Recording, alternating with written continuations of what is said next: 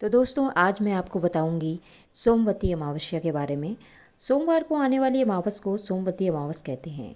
इस दिन सोमवती अमावस की कहानी सुनी जाती है और इस दिन पीपल व तुलसी की जल मोली रोली चावल चंदन सिंदूर फूल प्रसाद वस्त्र व दक्षिणा से पूजा की जाती है।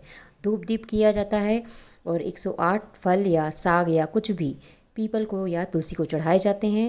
इसके बाद सोमवती अमावस की कहानी सुनी जाती है और 11, 21 या 108 परिक्रमा की जाती हैं।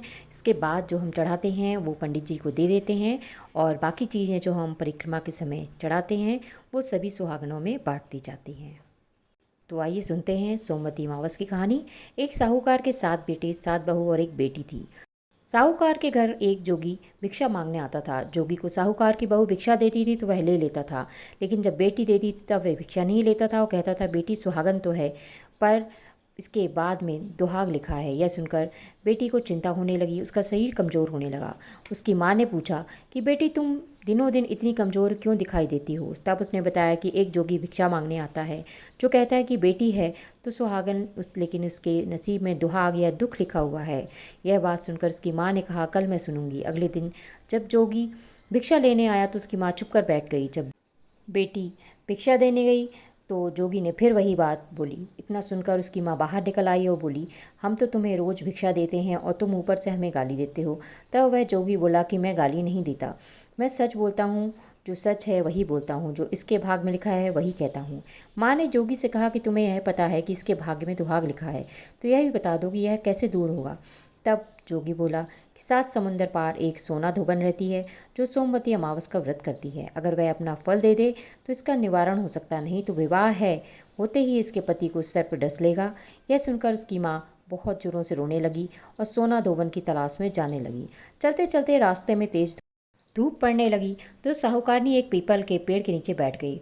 उस पीपल के पेड़ में एक गरुड़ पक्षी का घोंसला था जिसमें गरुड़ का छोटा बच्चा था। साहूकारनी को घोंसले के पास एक सर्प जाता हुआ दिखाई दिया तो उसने उस गरुड़ के बच्चे को बचाने के लिए उस सर्प को मारकर ढाल के नीचे रख दिया। जब गरुड़ और पंखनी आए तो घोंसले के पास खून देखकर क्रोधित उठे और साहूकारनी को चोंच मारने लगे। तब साहूकारनी बोली कि मैंने तो तुम्हारे बच्चों की जान बचाई, यह सर्प तुम्हारे बच्चे को डसने वाला था तो मैंने इसे मार दिया। गरुड़ ने सर्प की ओर देखा और कहा तुमने हमारे बच्चे की जान बचाई है, अब तुम्हें जो मांगना है मांगो। तब साहूकारनी ने अपनी समस्या बताई तो गरुड़ ने साहूकारनी को अपने पीठ पर बैठाकर 7 समुंदर पार सोना धोबन के घर के पास छोड़ आया। वहां जाकर साहूकारनी ने सोचा कि सोना धोबन को कैसे राजी किया जाए। सोना धोबन के 7 बेटे बहू थे। उसकी सातों बहुएं काम को लेकर रोज लड़ाई करती थीं और काम भी नहीं करती थी। रात को वे जब सो जाती तो साहूकारनी सोना धोबन के घर जाती और घर का सारा काम करती, गायों को नहलाती, घर की सफाई करती, रसोई का काम करती, चौका बर्तन करती, आटा पीसती, कपड़े धोती, पानी भरती और दिन होने से पहले चली जाती। बहुएं सोचती कि यह सारा काम कौन कर रहा है, लेकिन कभी एक दूसरे से पूछती नहीं कि यह सब काम कौन कर रहा है। एक दिन धोबन ने कहा कि तुम आजकल लड़ती भी नहीं हो, काम भी ठीक हो रहा है। तो बहुओं ने कहा कि सासू जी काम तो हमें ही करना पड़ता है, चाहे हम लड़कर करें या राजी से, इसलिए लड़ाई करने का क्या फ़ायदा।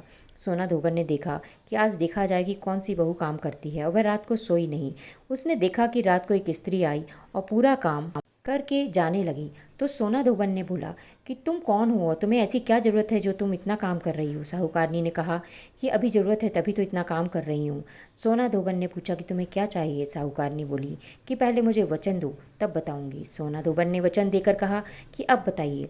साहूकारनी बोली कि मेरी बेटी के भाग्य में दुहाग लिखा हुआ है, इसलिए आप चलकर उसे सुहाग दें और सोमवती करें। सोना धोबन अपने बेटे बहू से बोली कि मैं साहूकारनी के साथ जा रही हूँ, यदि पीछे से तुम्हारे पिताजी खत्म हो जाएं तो तेल घी के कूप में डालकर छोड़ देना। फिर दोनों जनी साहूकारनी के घर चली गईं। साहूकार की बेटी का ब्याह होने लगा।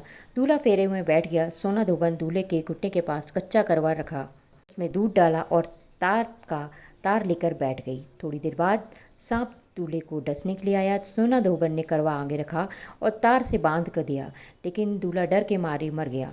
तब सोना धोबन ने कहा कि टीके में से रोली निकाली, मांग में सिंदूर निकाला और आँख में से काजल निकाला और मेहंदी निकालकर छोटी उंगली से चींटे मारे और बोली कि आज दिन मैंने जितनी सोमवती अमावस करी हैं उनका फल साहूकार की बेटी को लग जाए और आगे जो मैं करूं सोमवती अमावस्या करूं वह मेरे बेटे को लगे। इतना कहते ही दूल्हा जीवित हो गया और सब सोमवती की जय जय बोलने लगी।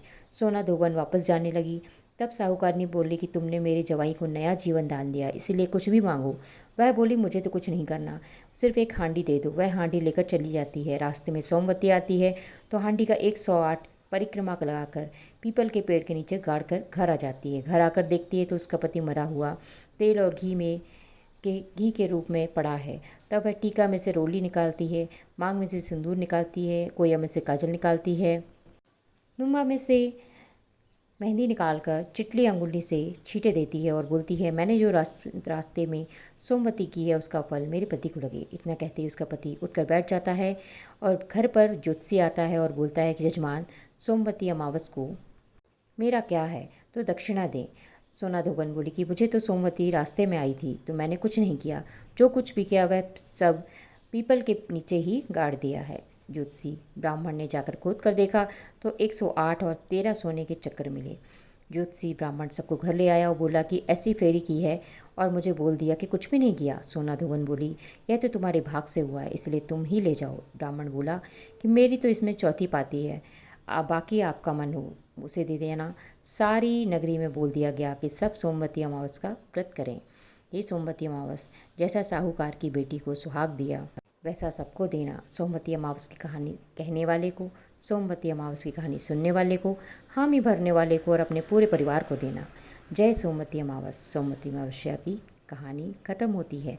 आपको ये वीडियो कैसा लगा प्लीज़ कमेंट करके बताएं और नए हो तो सब्सक्राइब करें, शेयर करें, लाइक करें। बहुत बहुत धन्यवाद।